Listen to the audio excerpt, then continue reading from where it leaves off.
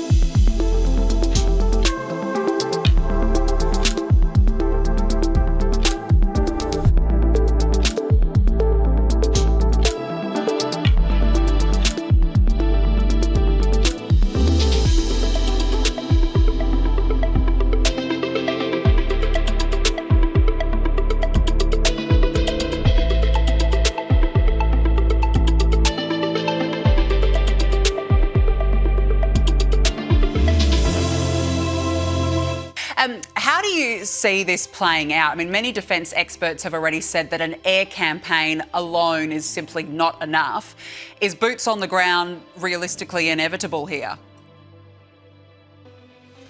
That is one of the many central questions, Nika, that people are grappling with, and this war does remain quite controversial and has lots of camps and factions, including from Trump's base, that are not that wild about it, and this would be one of the big reasons for that.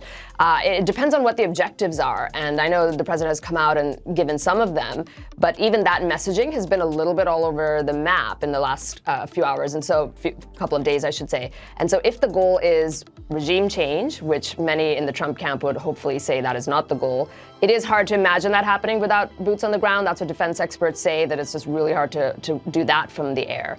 If the goal is just destroying military capability further, their missiles program, their Navy fleet, etc., that could be done with fewer or hopefully no boots on the ground. So I think as the objectives become a little bit more clear, the answer to the question you're asking will also become clear. But right now, the president has said it himself in that he's not ruling it out, and that makes a lot of people very nervous. Yeah, look, absolutely. And just on that, you did mention that Donald Trump has laid out some of those objectives. We've got them. Let's have a listen. Objectives are clear. First, we're destroying Iran's missile capabilities, and you see that happening on an hourly basis. We're annihilating their Navy. We've knocked out already 10 ships. They're at the bottom of the sea. And they were just a few that he mentioned, Kosher. But what does this mean for Donald Trump politically? He's got clear objectives, clearly. He does want to bring peace to the region. And I certainly give him a lot of credit for actually having the gall to go in and do this. No other leader has had the courage to take on a regime. But does that come at a cost? Or is he supported by the MAGA base, especially in a midterm year?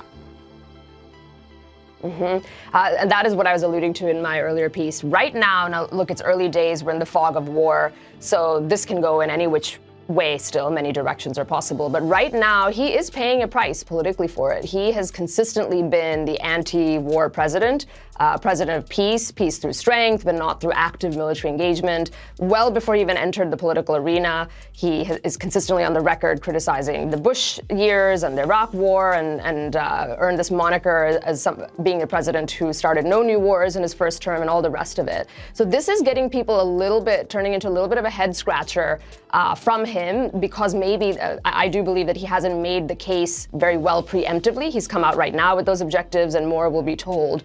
If this wraps up quickly and he can consolidate his power, and it looks something like Operation Midnight Hammer, the 12-day war from June, or even the operation in Venezuela, something like that, quickly, tightly, and minimal U.S. casualties, though sadly there already have been 6, then I think the American people will move on, and if coupling that he's doing well on the domestic agenda, it'll be fine.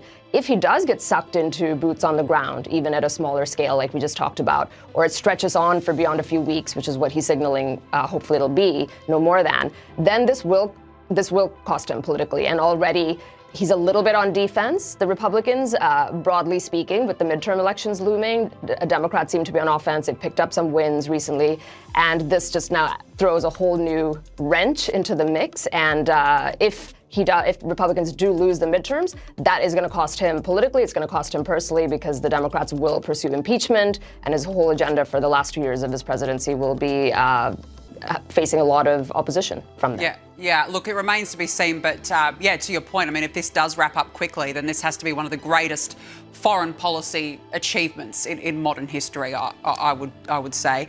The Secretary of War, Pete Hegseth, he gave an outstanding speech. He's, I guess, shed some light on Operation Epic Fury, claiming it is laser-focused and designed to destroy the Iranian missile production. But this particular part stood out in particular. Have a listen. If you kill Americans, if you threaten Americans anywhere on earth, we will hunt you down without apology and without hesitation, and we will kill you. Well, Kosher, that's strong. There's no mucking around there. This is sending a clear warning to America's enemies. What does it say about the War Department?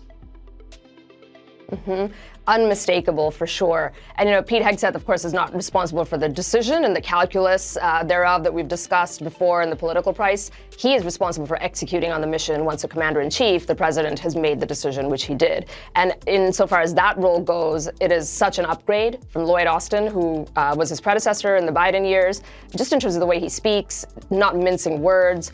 We've seen now this is the 3rd military operation that the U.S. has conducted, and it really has stunned the world, from the prowess of the special ops team in capturing Maduro without sustaining a single casualty in Venezuela, to Midnight Hammer, to now even this one so far, just the might of the air power and the logistical coordination and everything else. It is, the American military still does reign supreme, even as we've got other countries like China and other militaries building up. The American military is second to none, and he being the face of it and the voice for it certainly makes no mistake and makes that statement clear for anybody who might be thinking of threatening Americans, as he says.